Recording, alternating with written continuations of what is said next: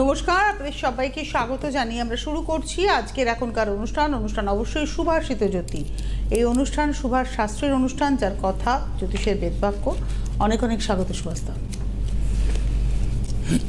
শুরু করি আজকে। হ্যাঁ, আমি এবছরের প্রথমেই টেলিফোন আছে, নিয়ে নেব।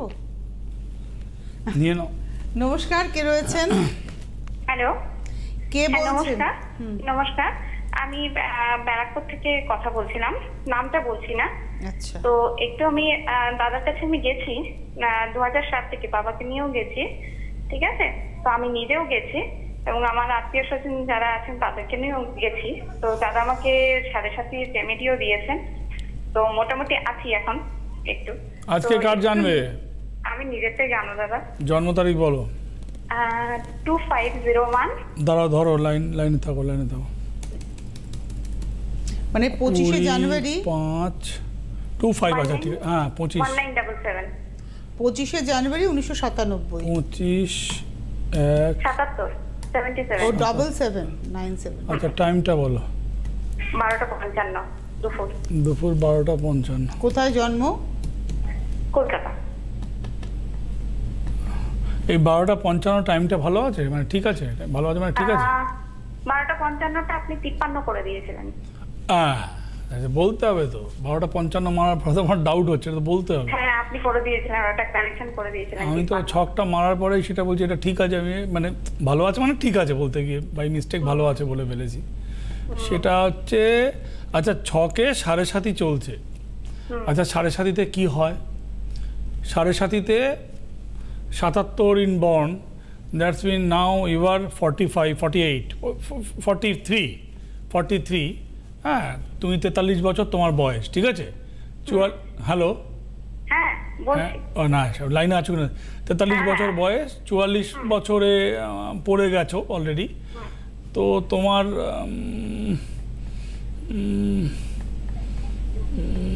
তোমার যা ছক দেখো ভাই, গুরুজন হানির যোগ সামনে। আচ্ছা, ছকটা একটু ফেলি, যদিও তোমার কাছে ছক ছিল তবুও একটু ফেললাম।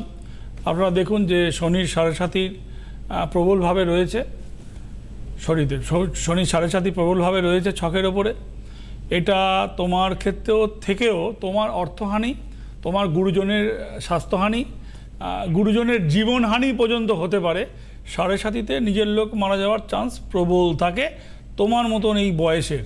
1, 2, এখানে যে তোমার যা ছক সেখানে আরও এটা ক্লিয়ার হয়ে যাবে যে দেখো, এটা মীন রাশিতে যেহেতু তোমার রেবতী নক্ষত্র, এটা বায়ুশ্রেণীর নক্ষত্র মানা হয় এবং এয়ার টাইপ নক্ষত্র ইংরেজিতে বলা হয়।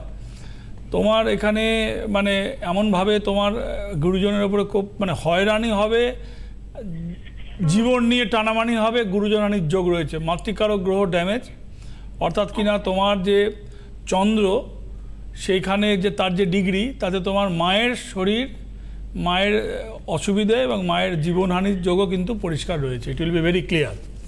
বলো, কি জানতে চাও বলো। এটাই জানতে চাইছিলাম দাদা, কারণ মায়ের এই গত মাসে লাস্ট মান্থ মায়ের হিপ বলটা ভেঙে গেছে, হিপের জয়েন্টটা। এবার মায়ের হার্টের অবস্থাটা যেহেতু ভালো না, তো হসপিটাল নার্সিং হোম করেও আমার প্রচন্ড হয়রানি হয়েছে। তার মানে কোমরের মধ্যে যে বলটা ছিল সেটা ভেঙে গেল। আচ্ছা আচ্ছা, থায়ের যে বলটা আছে ওটা ভেঙে গেল। আচ্ছা, ও কি ঘরের মধ্যেই পড়ে গেল? মানে পড়ে গেল কোথায়? মানে ঘরের মধ্যে পড়ে গেছে বলতে দাদা, লাস্ট ইয়ার এমনি পড়ে গেছিল। এবার কিভাবে জয়েন্টটা মানে ব্যথা 3.5 মাস ধরে ব্যথা পাটা এগোতে পারছিল না। হঠাৎ করে মানে লাস্ট মান্থ 1 সপ্তাহ হয়েছে যে আর হাঁটতেই পারছে না। তারপরে যখন এক্সরে করানো হলো তখন দেখা গেল যে জয়েন্টের ওখান থেকে ক্র্যাক পুরো একদম। এবার সেই 7.5-তে গুরুজন হানির যোগ, স্বাস্থ্য সব থেকে এন্ড হচ্ছে গুরুজন হানি। প্রথমে অর্থহানি, স্বাস্থ্যহানি, আর আমাদের রাজ্যের যে হয়রানি মেডিকেল ওরিয়েন্টেড সে তো আছেই, এ তো আছেই। সেটার জন্য জিজ্ঞেস করছিলাম, যেহেতু মায়ের ও নিয়ে যত শব্দ কম খরচ করা যায় সেটাই বুদ্ধিমানের কাজ। তো যাই হোক, এবং তোমার মায়ের সর্বশেষ হচ্ছে গুরুজনের জীবনহানির যোগও কিন্তু রয়েছে। এখন তো হচ্ছে, এখন যেটা হানি হবে সেটা হচ্ছে হয়রানিই হবে। এখন তো মানে হয়রানির পিরিয়ড 2-2.5 বছর মিনিমাম চলবে। উনি দাঁড়িয়ে কাজ করতে পারবে না, মানে বাথরুম যাওয়াও মুশকিল, ওই তুলে নিয়ে চেয়ারে। যেতে পারছে না বাবা, ক্যাথিটার করানো, পুরো বিছানাতেই পা মেলে বসে রয়েছে। হ্যাঁ, ওই বিছানায় তোমাকে পটিও চেয়ারের মতন পাওয়া যায়, ওখানে বসিয়ে পটি করাতে হয়। ও বসানোতে যাচ্ছেই না, না তোলাতে গেলে খুব ওই ডাইপার দিয়ে করানো হচ্ছে। বেড সোল না হয়ে যায় কেন কি হয়ে গেছে অলরেডি, সেটাকে আমরা কমপ্লিট করেছি। অন্তত বুঝে গেছি আমি, এত ছক ঘাটি আমি বুঝতে পেরে গেছি।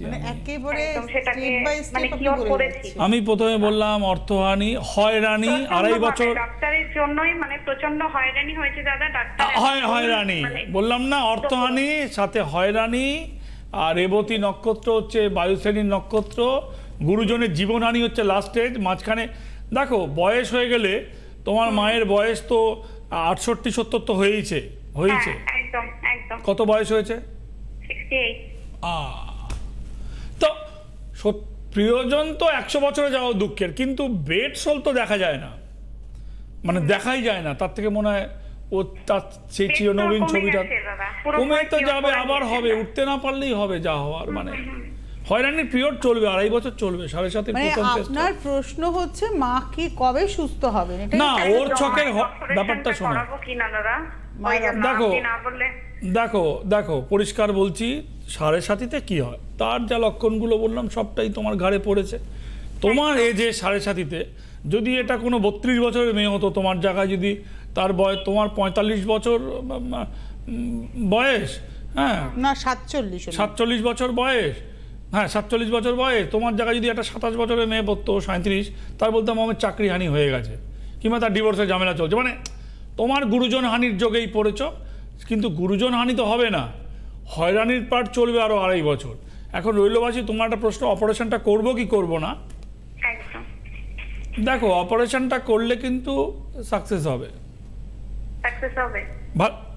এখানে একটু শেষ হয়নি, অপারেশনটা করলে সাকসেস হবে, কিন্তু বডি কিন্তু ডেভেলপ হবে না। আচ্ছা, না যে পেনটা আছে, যেটা পাটা সোজা করতে পারছে না, কিছুই করতে পারছে না, পেনটা যাবে না, পেনটা যাবে না, ওটা ওটা ওটা হচ্ছে ফিজিওথেরাপির পার্ট। পেনটা সহজে, বডিটা বসে গেছে, একটা বডি বসে যাওয়া বডি ফট করে কিন্তু উঠবে না। মানে ওনার যেটা অপারেশন হবে, একটা বল চেঞ্জ হবে, ওই যে বলটা চেঞ্জ মেডিকেলের ভাষায় সাকসেস হয়ে যাবে, কিন্তু বডির মুভমেন্ট হবে না। ওটা ফিজিওথেরাপি করে করতে হবে। হ্যাঁ, বডির মুভমেন্ট, এই 68 বছর বয়সে পড়ে যাওয়া বডি, অনেকটা বেডসোল ধরেছিল, এখন এপাশ ওপাশ করে উঠে বসে হয়তো বেডসোলটা নেই, কিন্তু বডিতে যত মুভমেন্ট না হবে ওটা তো ফিট হবে না বডিতে।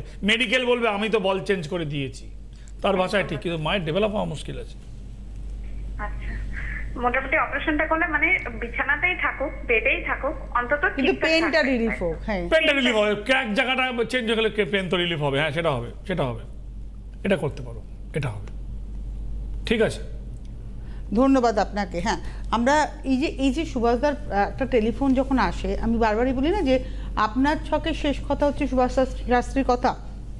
এটা কেন বলি বলুন তো? দেখুন, এই যে মানুষটি ফোন করলেন, তার পুঙ্খানুপুঙ্খ মানে মায়ের শারীরিক অবস্থা, এজ কত হতে পারে, এজ কত হতে পারে, মানে কোন এজে গিয়ে এটা কোন এজে গিয়ে হচ্ছে, এবং 68-70। হ্যাঁ, একদম, মানে অঙ্কটা ওটাই।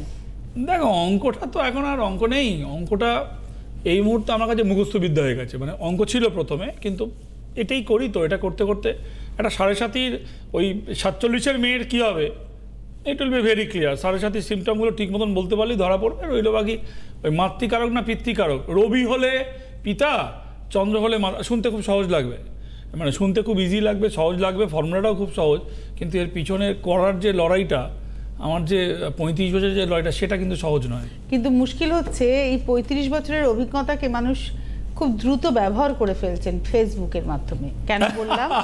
হ্যাঁ, আপনার এই যে স্ট্রাগলটা, 35 ইয়ার্সের যে স্ট্রাগলটা এবং যে কোয়ালিটিটা আপনি তৈরি করেছেন নিজের, এটা আপনার নামটাকে ব্যবহার করে মানুষ চাইছেন ব্যাপারটাকে খুব ইজিলি কোপ আপ করতে। একটা কথা, কোনো বুদ্ধিমান মানুষ এই সমস্ত ফেসবুকের সাথে যুক্ত থাকবে বলে আমার মনে হয় না। কেন, সুভাষ শাস্ত্রীর কাছে দেখাতে গেলে তার এত রকম বাউন্ডারিজ রয়েছে। সুভাষ শাস্ত্রীর কাছে দেখাতে গেলে এত টাকা ফিজ, এত রকম বুকিং করো, বুকিং ক্যান্সেল হলে দেখবে না, এত করে, তা সে আপনাকে ফ্রিতে পরামর্শ দিতে পারে? ইম্পসিবল। এটা এই প্রশ্নটা যদি আপনাদের মনে আসে যে সুভাষ শাস্ত্রীর নামে যে ফেসবুকগুলো খোলা রয়েছে, সুভাষ শাস্ত্রীর কাছে দেখাতে গেলে এত টাকা ফিজ, বুকিং করতে হবে, কনফার্ম করতে হবে, ক্যান্সেল হলে আর পাবো না, সে আপনার সাথে বন্ধুত্ব পাতাবে আর আপনাকে গল্প করবে আর পরামর্শ দেবে? তুমি এই পয়েন্টটা মনে করো, তোমাকে দেখা যায় না, তোমাকে ধরা যায় না, তোমাকে যে দেখলে বুকিং করতে হয়, আর তুমি ফ্রেন্ড রিকোয়েস্ট পাঠাচ্ছ প্রত্যেকটা ছেলেকে আর তার সাথে গল্প করছো আর অ্যাঙ্কারিংয়ের টিপস দিচ্ছ। ইট উইল বি পসিবল? এই প্রশ্নটা মানুষ পায় না, আর কিছু মানুষ বোঝে না। মানে যারা বন্ধু হয়েছেন আমি তাদের কথা ভাবছি, তারা আমার বন্ধু হয়েছে, চিন্তা করো, ফ্রি পরামর্শ পাচ্ছে, মানে সেটা কি কাজে লাগিয়ে তো মানে আলটিমেটলি চলো যাক। ফেসবুকের জ্যোতিষী আর ফেসবুকের ডাক্তারকে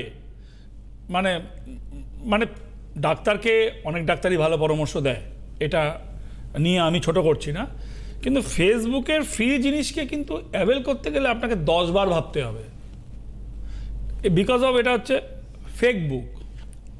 আমাদের দেশে উইদাউট প্রুফ খোলা যায়। আপনি আমার নামে সাইট খুলে 150টা সাইট খুলে বসে রয়েছে, আপনি বিল ক্লিন্টন নামে সাইট খুলে বসে রয়েছেন, আপনি হয়তো প্রধানমন্ত্রীর নামে মুখ্যমন্ত্রীর নামে সাইট খুলে বসে রয়েছেন। সেগুলো করতে পারবে না, কেন লালবাজার গিয়ে টুটি চিপে ধরবে। সাধারণ লোকের হয়তো আর লালবাজার গিয়ে করবে না আপনার আমার জন্য, তাদের অনেক অন্যরকম কাজ আছে। তো যাই হোক, সেটা হচ্ছে পসিবল না। এটা যদি ঠান্ডা মাথায় আপনারা ভাবেন, তাহলে আমার মনে হয় এই ফেসবুক থেকে, সুভাষ শাস্ত্রীর ফেসবুকে যারা 2000-3000 করে লোক ফ্রি পরামর্শ পাচ্ছে, বেরিয়ে যাবে। সর্বনাশ হওয়া ছাড়া ভালো কিছু হবে না ওখান থেকে। শ্রাবণ মাসে যে আতপ চালগুলোকে রাখতে বলেছিলাম, যদি আপনি অসুস্থ থাকেন, জিভের তালুতে একটা করে সোমবার, একটা অনলি 1 মানে চাল জিভে দিয়ে গিলে খেতে পারেন। যদি ঘরের চালের জায়গা কোনো পার্টিকুলার জায়গা থাকে, সেইখানে একটা সাদা কাপড়ে পুটলি করে সেই চালের মধ্যে রাখতে পারেন। পুটলিটা নিচে, তার উপর চাল পড়বে, চাল পড়বে, চাল পড়বে। শ্রাবণ মাসের মধু আর ওই জন্মাষ্টমীর মধুর কথা বলেছিলাম। দেখুন, মধু হচ্ছে মাধুর্য, মাধুর্য হচ্ছে ওয়ান টাইপ অফ অ্যাট্রাকশন। মধুর কাজ হচ্ছে, মধু কথাটা ইউজ হয় সেই আপনার জীবন মধুর হোক, আপনার আগামী দিন চলার পথ মধুর হোক, মধুর মতন কথা, মিষ্টি এবং মাধুর্য এবং আকর্ষণ। যা কিছু মিষ্টি তা কিছু আকর্ষণ করে, যা কিছু তেতো তা কিছু বিকর্ষণ করে। নিম পাতা তো কাউকে আকর্ষণ করবে না, করবে? কোনো পোকামাকড়ও মনে হয় গিয়ে ওর উপরে বসবে না। আপনি নিম পাতা রেখে দিন, পচে গেলেও পোকামাকড় গিয়ে বসবে, কেন? খুব দুর্গন্ধযুক্ত তেতো। কিন্তু আপনি মধু রাখুন, পিঁপড়ে থেকে আরম্ভ করে মিষ্টি জিনিসে যে আকর্ষণ হবে। তা জীবনের আমাদের জীবনটাও তার বাইরে নয়। আমার জীবনের মাধুর্য আনতে গেলে আর ফিজিক্যাল অ্যাট্রাকশান আনতে গেলে আকর্ষণ তো বটেই। দেখুন, সব ক্ষেত্রে যে আপনার মধু যদি ফিজিক্যাল আকর্ষণের জন্য আনতে চান, you should maintain every Friday স্নান করে ভেজা গায়ে, সেটা স্নানের আগে কিংবা পরে দইয়ের সাথে এই গলা থেকে মুখটাও লাগাতে পারেন। টক দই তো ভালো, মুখে তো অনেকে লাগায়। মুখ থেকে চোখ ঢাকা, চোখ বাদ দিয়ে সারা শরীরে মেখে 5 মিনিট রেখে আপনি হালকা গরম জলে স্নান করে নিতে পারেন। For your physical attraction. Relation ঠান্ডা হয়ে গেছে, ঠান্ডা করে চলে গেছে, পোস্টপন্ড হয়ে গেছে, ওটাকে রিচার্জ করার জন্য ফিজিক্যালের দরকার নেই, আপনার দরকার নেই। ধরুন আপনার চাই, তার কী করবেন? তাহলে মধু তুলসী পাতা দিয়ে জিভে রেখে শুক্রবার জিভে রেখে, যদি আপনি দীক্ষিত হন সেই দীক্ষা মন্ত্র, আদারওয়াইজ বীজ মন্ত্র, কামদেবের বীজ মন্ত্রটা, ওম কামদেবায় নম, এটা 8 বার কিংবা 51 বার কিংবা 108 বার। 108 হচ্ছে ম্যাক্সিমাম, 51 হচ্ছে মিডিয়াম, 8 বার হচ্ছে একদম মিনিমাম। এই 3টে আপনি করতে পারেন, ওটাও কিন্তু ভেজা গায়ে করতে পারেন। তাহলে বাক্যে অ্যাট্রাকশান হবে আপনার ফিজিক্যাল অ্যাট্রাকশান দরকার নেই। আপনার ভালো ব্যবহার, আপনার ব্যবহারের মাধুর্য এবং টানা, মানে হয় না লোকটার সাথে কথা বলতে খুব ভালো লাগে, মেয়েটার সাথে কথা বলতে খুব ভালো লাগে, এই যে এটা কিন্তু অ্যাট্রাকশন ওয়ান টাইপ অফ, এইটাও কিন্তু সেখানে কাজ হবে। আর কালার তো একটা ফোনে আছে, আমি আসছি। নমস্কার, কে রয়েছেন? হ্যালো, কে? হ্যালো, একটু জানবো। চেঞ্জ করতে পারবো। হ্যালো, তো হ্যালো, কে বলছেন? আমি বহরমপুর থেকে বলছি। কি নাম? কৌশিক ব্যানার্জি। কে হয় আপনার? ছেলে। আর আপনার জানাশোনা কেউ এসেছিলেন?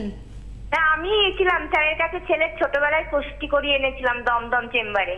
ওরে বাবা, সে 2004 সালে ছেড়ে দিয়েছি, আজকে 24 সালে ফোন করে, মানে 20 বছর আগে করে দিয়ে গেছিলেন। কোথা থেকে? মাঝখানে একবার ফোন করেছিলাম, দিয়ে বলেছিলেন এবছর না পরের বছর ফোন করতে। আপনি কোথা থেকে ফোন করেছেন বললেন? বহরমপুর। আমি বহরমপুর থেকে। তো তুমি ফোন করেছিলে কোথায়? আমার চেম্বারে না সিটিভিএনে? কোথায় করেছিলে? না না, সিটিভিএনেই করেছিলাম, দিয়ে বলেছিলেন পরের বছর ফোন করতে। সিটিভিএন তো আর আমার চ্যানেল অবশ্যই, সিটিভিএনে তো আর আমি একা বসি না, কি বলবে আমি কি করে বলবো। আচ্ছা বলো তুমি আজকে পেয়ে গেছো? আপনি তখন বলেছিলেন যে পরের বছর ফোন করুন। আমি বলেছিলাম? হ্যাঁ হ্যাঁ এরকম লাইনে পেয়েছিল। ও বলতে হবে তো, লাইনে পেয়েছিলাম বলতে হবে তো। হ্যাঁ হ্যাঁ আচ্ছা ঠিক আছে, তুমি ছেলের ব্যাপারে জানবে? হ্যাঁ হ্যাঁ হ্যাঁ Date মানে of birth। দমদমে 2004 সালের পরে আমার কাছে আর আসোনি ফিজিক্যালি? যা হয়নি, বাড়িতে অনেক পেশেন্ট ছিল তো যা সে হয়নি। চুলো যাক, আলটিমেট আসোনি, ইট উইল বি, এটাই ফ্যাক্ট, আসোনি। আজকে 20 বছর পরে ফোন করেছে, 20 বছর, 20 ইয়ার্স বাদ আবার ঘুরে ফিরে ওর আমার কথাই মনে পড়েছে। হ্যাঁ ডেট অফ বার্থ ছেলের? 27 জুলাই 1998। আচ্ছা তোমাকে আমি একটা কথা জিজ্ঞেস করি, 27 জুলাই 1998 তুমি যখন দমদমে এসেছিলে কতজনের পেছনে ছিলে তুমি? অনেক জনে, রাত্রি লেগে গেছিল আসতে, আমাদের রাত 12টা বেজে গেছিল বহরমপুর পৌঁছাতে। কতজনের পেছনে ছিল আইডিয়া একটু শুনি, আমার তো বহুদিন ছেড়ে দিয়েছি, একটু স্মৃতিতে দেখি। অনেক দিন নয়, অনেক জনের পিছনে ছিলাম। কত হবে, 100 জনের পিছনে হবে? তা হবে, প্রচুর ভিড় ছিল। আপনি কখন এসেছিলেন বহরমপুর থেকে, কটার সময়? আমরা সকালেই গেছিলাম আর রাত্রিবেলায় ফিরেছেন? 300 থেকে 400 লোক দেখতাম, 300 to 400 লোক দেখতাম যারা এখন সিটিভিএনে বসে কিংবা জ্যোতিষ করে। ইট উইল বি মানে বিয়ন্ড ইমাজিনেশন, বিয়ন্ড হার আর him imagination, because it will be time যে 300 থেকে 400 লোক দমদমে দেখতাম। এবং এই বহরমপুর থেকে এসেছিল ও মিনিমাম 100-120 জনের পিছনে তো হবেই যখনই আসে। হ্যাঁ তা ছিল, হ্যাঁ ওইটুকুন তো হবেই, 100 জনের পিছনে তো হবেই। আচ্ছা তুমি টাইমটা আরেকবার বলো, ডেট অফ বার্থ আরেকবার বলো। 1998 27 জুলাই। 27 জুলাই 1998, 27 জুলাই। আচ্ছা আচ্ছা হয়ে গেল। আর 98 টাইমটা বলো। সময়টা? বিকেল 4:52 কলকাতা। বিকেল 4:52 কলকাতা। দেখো বাবু, তোমার ছেলে এই মুহূর্তে চাকরি পাবে না, সময় লাগবে। টুকটাক কিছু করতে পারে কিন্তু এই মুহূর্তে চাকরি হয়ে কেরিয়ার জমবে না। ছকটা খুব সহজ ছক, মানে ওই বললাম না, যা কিছু সহজ, যা কিছু ইজি, আপনারা বলবেন খুব ইজি বলে দিল, ছকটা আমি টিভিতে ফেলে দিই। ছকটা টিভিতে ফেলে দিই আমার একবার, ইউটিউবে থেকে যাবে, এখন সুবিধা আছে। দমদমে তুমি আমার থেকে করে, ছক তো তোমার কাছে রয়েছে, বাট তবু আরেকবার এইখানটা একটা মোবাইলে স্ন্যাপশট করে নেবে, পেয়ে যাবে যে এখন চাকরি পাবে না, এখন চাকরি পাবে না। আর 2 হচ্ছে যে এই ছকের যা সিচুয়েশন, সময় লাগবে, সরকারি চাকরির যোগ তো এই মুহূর্তে নেই। কি করে তোমার ছেলে? বিটেক কমপ্লিট করেছে সিভিল নিয়ে। না না, এখন কি করে, মানে কি পড়ে বলিনি, পড়া না, কি করে? চাকরি তো এই মুহূর্তে সরকারি চাকরি হবে না বলে দিয়েছি। শোনো না, শেষ হয়নি। 2 হচ্ছে যে সিংহ রাশি, এর যে সিংহ রাশিতে যে রাহু বসে আছে, বিভিন্ন চাকরি ঘোরাবে, কেরিয়ার পট করে জমবে না, কেরিয়ার পট করে জমবে না। আর 2 নম্বর হচ্ছে সরকারি চাকরি পাবে না। এখন কি করে? এখন কিছু করে না, কোচিং ক্লাসগুলো করে। কি করে? কোচিং ক্লাসগুলো করে। হ্যাঁ, তাহলে প্রস্তুতি নিচ্ছে চাকরির জন্যে। সরকারি এই মুহূর্তে হবে না, প্রাইভেটে কেরিয়ার জমবে না। উত্তর হচ্ছে এখন কিছু করে না, বিটেক বিটেকটা খুব বড় জায়গায় ছিল, আর এখন বিটেকের লোক, বিটেকের বি আর বেকারের বি, এই দুটো বি একসাথে মিলে গেছে। বহু বিটেকটা একটা খুব ভালো মানা হতো আজ থেকে 10 বছর আগে, 20 বছর আগে তো বটেই, 10 বছর আগে বিটেকের একটা আলাদা, একটা স্টুডেন্ট বিটেক পাস করা খুব প্রেস্টিজিয়াস ছিল। কিন্তু দুর্ভাগ্যের এমন, মানে দুর্ভাগ্য যে এখন বিটেকের বেকার প্রচুর ঘুরে বেড়াচ্ছে। তো যাই হোক, এখন তো রেমেডির মতন কোনো জায়গা নেই, দেওয়াও যাবে না। তুমি লাইন পেয়েছো, বলে দিলাম, প্রস্তুতি নিক। তোমাকে এখন আসতেও হবে না, এসে কিছু করাও যাবে না, প্রস্তুতি নিক। এপ্রিল পর্যন্ত দেখুক, এপ্রিল মে পর্যন্ত, না হলে তুমি আসবে, ঠিক আছে? ঠিক আছে, ভালো উনি প্রাইভেটে করবেন না, করলে হয়তো দুজনে পেয়ে যাবেন, সেটাও হতো না। এর মধ্যে ঢুকে লাভ নেই, প্রাইভেটে তো জমবে না। বিটেক তো মূলত প্রাইভেটই পায়, বিটেকের তো সরকারি জায়গাটা কম, মানে বিটেক করে সরকারের বিটেকে মানে লাইন ম্যাচ করে জায়গাটা কম, স্টেটের তো কম, সেন্ট্রালের আছে বাট কম। কিন্তু বিটেকের বি আর বেকারের বি, ওই কি আর বলবো, দুর্ভাগ্যের বি যদি বির অবশ্যই দুর্ভাগ্যের নয়, কিন্তু ওই দুটোর ইকুয়েশনটা হচ্ছে দুর্ভাগ্য। তো যাই হোক, সেটা যদি মানে বলা যায়, ওটাও তো প্রাইভেট, ভালো জমলেও তো একটা হয় যে ঠিক আছে প্রাইভেট। কে আছেন ফোনে? নমস্কার। বলো। নমস্কার। নমস্কার, আমার ছেলের সম্বন্ধে জানতে চাই। ছেলের কে বলছেন? হ্যাঁ, আপনি কে? আমি খড়গপুর থেকে বলছি। নাম? ছেলের নাম সমর চক্রবর্তী। তোমার কি নাম? আমার নাম অনিমা চক্রবর্তী।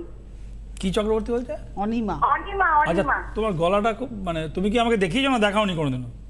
না, দেখাইনি, কিন্তু আপনার আমি প্রোগ্রাম সবসময় দেখি। হ্যাঁ, কিন্তু সময় হয়ে ওঠেনি, যে যাওয়া হয়নি। আর আপনি বলেন যে আপনি নিজে বললে তবে যেতে হয়। না না না, নট দ্যাট। আমি কি সবাইকে, না না, এরকম ব্লেম লাগালে মুশকিল কাবার। মানে কিরকম, মানে আমি শুনি তো, মানে এই এখন হবে না, এখন এ তো পেলে শোনো, পায় কজন, যাই হোক। মানে তার মানে তুমি, আপনি কবে টিভিতে, ভালো পেয়ে গেছি, আপনি কবে টিভিতে লাইন পাবেন তবে সুভাষদা কি বলবেন, এটা কিন্তু করলে জীবন পিছিয়ে যাবে। যারা দেখাতে চাইছেন, মনে করছেন যে খুব কঠিন অবস্থায় আছেন, ইমিডিয়েট যোগাযোগ করবেন। এইটা কোনো সময় সম্ভব নয় যে সবাই লাইনে পাবে আর আমি তাকে বলবো সে আসবে। না না, এরকম ভেবো না। এটা যাই হোক, আর বুঝে লাভ নেই, সময় এগিয়ে যাচ্ছে, পরের লোক ওয়েট করছে।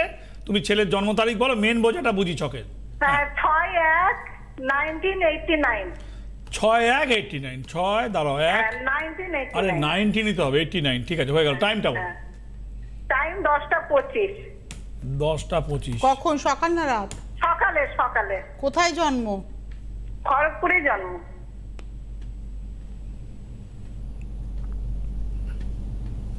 আচ্ছা, একটা মিনিট দাঁড়াও,